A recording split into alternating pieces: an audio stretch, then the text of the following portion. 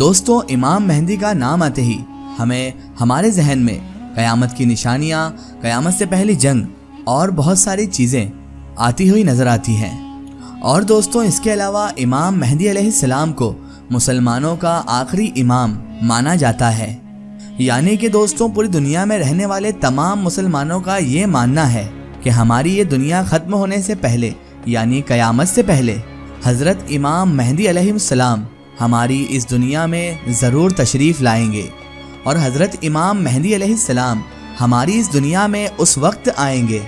کہ جب یہ دنیا نہ صرف ختم ہونے والی ہوگی بلکہ بری چیزوں سے، برے اعمالوں سے، برے کاموں سے بھی پوری طرح سے بھر چکی ہوگی۔ یعنی ہماری دنیا میں چوری، ڈکیتی، ناانصافی، ظلم و ستم، لوگوں کا حق کھانا، یتیموں کا حق کھانا، یہ سب چیزیں عام ہو چکی ہوں گی۔ اور جب حضرت امام مہدی علیہ السلام اس دنیا میں تشریف لائیں گے تو نہ صرف وہ ان ساری چیزوں کو اس دنیا سے ختم کر دیں گے بلکہ ہماری اس دنیا پر ایک ایسی بڑی اور طاقتور سلطنت بھی قائم کریں گے کہ جس میں ہر انسان امن و سکون، چین کے ساتھ رہ سکے گا۔ لیکن دوستو، اسی کے ساتھ ساتھ یہ بات آپ سبھی لوگ بڑی اچھی طرح سے جانتے ہوں گے کہ ہمارے دنیا میں رہنے والے جو مسلمان ہیں وہ دو حصوں میں، دو بڑے طبقوں میں بٹے ہوئے ہیں، جہاں ایک طرف ایک گروہ کو، ایک طبقے کو سنی کے نام سے جانا جاتا ہے، تو وہیں دوسری طرف دوسرے گروپ کو اور دوسرے گروہ کو، دوسرے طبقے کو شیعہ کے نام سے جانا جاتا ہے۔ ویسے تو دوستوں، شیعہ اور سنی دونوں ہی طرح کے مسلم طبقے کے لوگوں کا یہ ماننا ہے کہ حضرت امام مہدی علیہ السلام قیامت سے پہلے، دنیا ختم ہونے سے پہلے ہماری اس دنیا میں آ کر مسلمانوں کی ایک طاقتور اور بہت بڑی سلطنت قائم کریں گے۔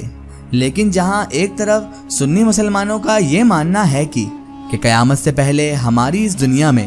حضرت امام مہدی علیہ السلام پیدا ہوں گے، تو وہیں دوسری طرف شیعہ مسلمان لوگوں کا یہ ماننا ہے کہ حضرت امام مہدی علیہ السلام قیامت سے پہلے اس دنیا میں پیدا نہیں ہوں گے، کیونکہ وہ تو ہماری اس دنیا میں پہلے ہی پیدا بھی ہو چکے ہیں۔ یعنی کہ دوستوں، شیعہ مسلمان کا جو طبقہ ہے ان کا یہ عقیدہ ہے، یہ ماننا ہے کہ حضرت مہدی علیہ السلام کو ہماری اس دنیا میں سینکڑوں سال پہلے ہی پیدا کیا جا چکا ہے، اللہ تعالیٰ نے انہیں پہلے ہی پیدا کر دیا ہے، اور آج بھی حضرت امام مہدی علیہ السلام ہماری اس دنیا میں ہی پردے میں موجود ہیں۔ لیکن اپنی جان کی حفاظت کی خاطر امام مہدی علیہ السلام نے دنیا والوں سے، دنیا کی نظروں سے اپنے آپ کو چھپا رکھا ہے۔ جب امام مہدی علیہ السلام کو یہ محسوس ہوگا، یعنی کہ جب اللہ تبارک و تعالیٰ کی طرف سے حضرت امام مہدی علیہ السلام کو یہ خبر دی جائے گی کہ اب ان کے ظاہر ہونے کا وقت جو ہے وہ آ چکا ہے، وہ ہو چکا ہے، تو وہ تمام دنیا کے اور ہم لوگوں کے سامنے آ جائیں گے، اور بس ٹھیک اسی وقت ہی وہ نہ صرف اس پوری دنیا سے ظلم و ستم، برے کاموں، گناہوں کو ختم کر دیں گے بلکہ ہماری دنیا پر حضرت امام مہدی علیہ السلام ایک طاقتور سلطنت بھی قائم کر دیں گے۔ ویسے دوستوں، حضرت امام مہدی علیہ السلام کے بارے میں ہمیں آپ کو یہ بتانا اس لیے بھی ضروری تھا کیونکہ آج کی جو ویڈیو ہے وہ کہیں نہ کہیں حضرت امام مہدی علیہ السلام سے ہی ریلیٹڈ ہے۔ تو چلیے دوستوں، اب آتے ہیں ہم اس ویڈیو کے مین ٹاپک کی طرف جس کے لیے ہم نے یہ ویڈیو بنائی ہے۔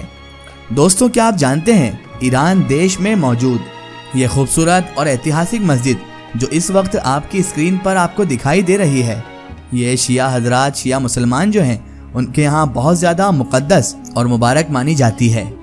اس مسجد کو آج کے دور میں دنیا کی سب سے خوبصورت مسجد مانا جاتا ہے۔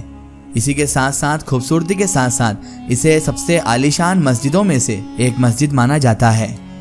اس مسجد میں ایک ساتھ ہزاروں لوگ مل کر نماز ادا کر سکتے ہیں۔ یہ مسجد ایران دیش کے قوم شہر سے لگ بھگ 6 کلومیٹر دور جمکران نام کے ایک گاؤں میں موجود ہے۔